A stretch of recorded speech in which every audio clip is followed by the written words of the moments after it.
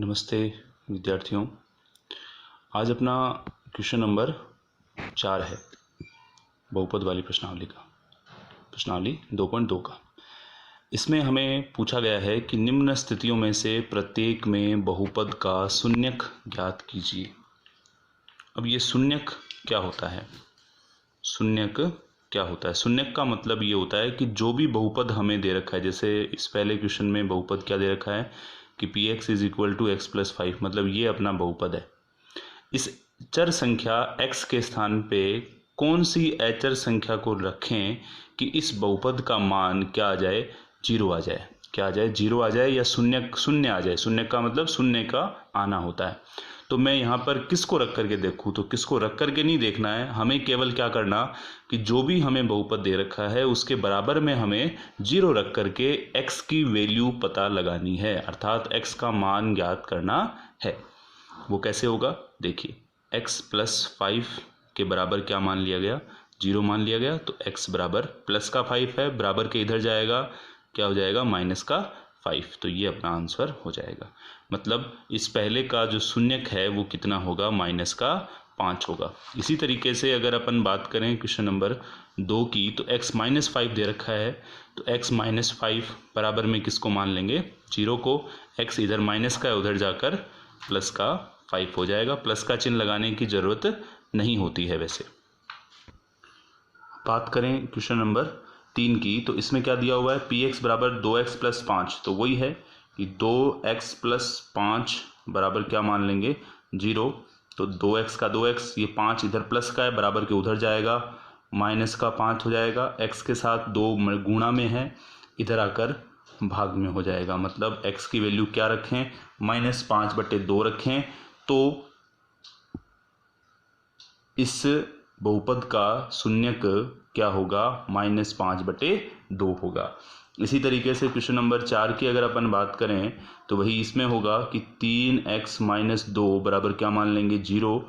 तो 3x का 3x, ये माइनस का 2 है, उधर जाकर प्लस का 2 हो जाएगा, चिन्ह लगाने की जरूरत नहीं होती। ये गुणा में है 3, तो इधर आकर किस में हो जाएगा? भाग में हो जाएगा। इसका मतलब चौथे क्वेश्चन में शून्यक कितना होगा? 2/3 होगा। 5वां प्रश्न, इसमें क्या दिया हुआ है? px बराबर केवल क्या देखा है? 3x का मतलब एक पदी दिया हुआ है। एक पदी में भी वही है कि 3x बराबर क्या मान लेंगे? जीरो। x बराबर जीरो तो इधर है, ये 3 गुणा में है, इधर आकर किस में हो जाएगा? भाग में। अब जीरो में जब भी किसी संख्या का अपन भाग देंगे तो उसका मान क्या आता है? जीरो आता है। इसका मतलब इसका शून्य क्या होगा? जीरो होगा। एक चीज यहाँ पर समझिएगा बिल्कुल ध्यान से कि जीरो में अगर अपन किसी भी संख्या का भाग दें, 3 का, 4 का, 5 का, तो उसका आंसर क्या आता है? जीरो आता है। और अगर ये उल्टा हो जाए, मतलब 3 में अगर जीरो का भाग दूंगा तो हमेशा आंसर क्या आएगा? अनंत आएगा। इस चीज़ को ध्यान से समझ लेना। जीरो में किसी संख्या का भाग या गुणा होता है तो आंसर सदैव जीरो आता है। जीरो का किसी संख्या में अगर भाग लगता है तो आंसर क्या आता है? अनंत आता है। बात करते हैं छठे क्वेश्चन की। इसमें क्या दे रखा है? px बराबर ax और a is not equal to zero. मतलब यहाँ पर ये जो a है वो जीरो नहीं है। अगर ये जीरो हो तो इसके सीधा सा इसका जो आंसर है वो क्या हो जाता है? जीरो हो जाता है। इसलिए अपन क्या करेंगे? ax बराबर क्या मानेंगे? जीरो। बिल्कुल इस क्वेश्चन के जैसा ही है। इसमें क्या था? 3x था, इसमें ax है, तो बात बिल्कुल सेम रहेगी। तो x बराबर क्या हो जाएगा? 0/a। x बराबर क्या हो जाएगा? 0/a, क्योंकि a गुणा में है, इधर आकर क्या हो गया? भाग में। अब x बराबर, क्योंकि जीरो में किसी भी संख्या का भाग दे दो आंसर सदैव क्या आता है? जीरो आता है। इसका मतलब इसका आंसर क्या हो गया? जीरो हो गया। इसका शून्यक जीरो हो गया। हाँ जी, अगला क्वेश्चन। अगले इस क्वेश्चन में हमें दे रखा है 7वें में कि px बराबर cx plus D, c is not equal to zero. मतलब यहाँ ये जो c है ये जीरो नहीं है। और आगे क्या बोला? c व d वास्तविक संख्याएं हैं। अब ये संख्या वाला चक्कर क्या होता है? देखो एक बार वापस से मैं थोड़ा सा समझा देता हूँ। संख्या जो होती है, नंबर्स जो होते हैं, वो दो भागों में बंटते हैं। एक तो क्या हो गया? चर, और एक तरफ क्या हो गया? अचर।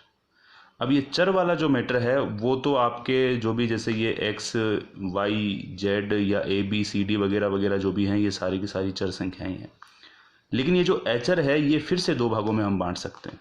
वो कैसे? एक तो हो गया वास्तविक संख्या और एक होगी अवास्तविक संख्या, जिसको काल्पनिक संख्या भी बोलते हैं। अब ये वास्तविक संख्या में बाद में हम इसको वास्तविक को किस में बांटते हैं, वास्तविक को अपन बांटते हैं प्राकृत में या पूर्ण में या पूर्णांक में या अपरिमेय में या परिमेय में, है ना। तो ये सारी की सारी मिलकर के क्या बनती है, वास्तविक बनती है। इसका मतलब ये हुआ प्राकृत जो है वो कौन सी होती है, 1 2 3 4 इस तरीके से। पूर्ण क्या होती है, 0 से होती है। पूर्णांक क्या होती है, ऋणात्मक वाली भी होती है। कहने का मतलब ये है कि सी और डी जो है वो चर संख्या नहीं है। कौन सी संख्या होगी, अचर संख्या होगी। ध्यान रखना, चर संख्या केवल इसमें कौन सा मानना है अपने को, एक्स को मानना है। अब देखिए इस क्वेश्चन को क्या बोला गया कि पी एक्स बराबर सी एक्स प्लस डी बोला है। तो कैसे होगा ये, वही है कि सी एक्स प्लस डी बराबर क्या मान लिया गया, 0। तो सी एक्स बराबर डी इधर भेजेंगे, प्लस का है, इधर आकर क्या हो जाएगा, माइनस का। एक्स बराबर सी इधर गुणा में है, इधर आकर किस में हो जाएगा, भाग में हो जाएगा, माइनस डी बटे सी। मतलब इसका शून्यक जो है वो क्या होगा, एक्स बराबर माइनस डी बटे सी होगा। ये प्रश्नावली जो है अपनी 2.2 वो पूरी हो गई है। इसके सभी क्वेश्चन को एक बार वापस से आप निकाल लीजिएगा। चैनल को लाइक करिए, शेयर करिए और सब्सक्राइब करिए। धन्यवाद।